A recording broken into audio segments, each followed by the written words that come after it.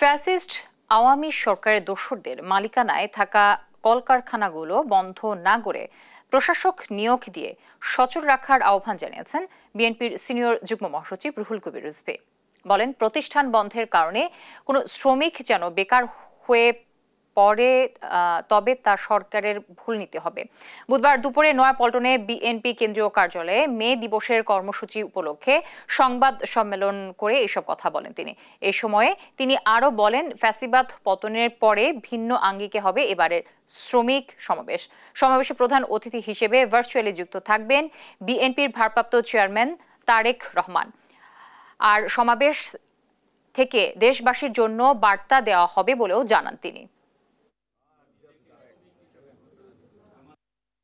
বাংলাদেশ জাতীয়তাবাদী শ্রমিক দল আগামীকাল দুপুর 2 ঘটিকায় নয়াপল্টন বিএনপি কেন্দ্রীয় কার্যালয়ের সামনে শ্রমিক সমাবেশ করবে। এই ফ্যাসিস্টদের সমর্থক কিছু ব্যবসায়ী গোষ্ঠী তারা টাকা লুটপাট করেছেন, টাকা পাচার করেছেন, কিন্তু তাদের যে সমস্ত প্রতিষ্ঠান করেছিল সেখানে হাজার হাজার শ্রমিক কর্মরত ছিল, কিন্তু সেই শ্রমিকদের ছাঁটাই করে বন্ধ করে দিয়েছে মিল কারখানাগুলো। আমার মনে হয় যে সেটা অন্তর্বর্তীকালীন সরকারের এই জিনিসটা করা ঠিক হয়নি, কারণ ওগুলোকে বাঁচানো দরকার ছিল। আপনি সেখানে প্রশাসক নিয়োগ করতেন।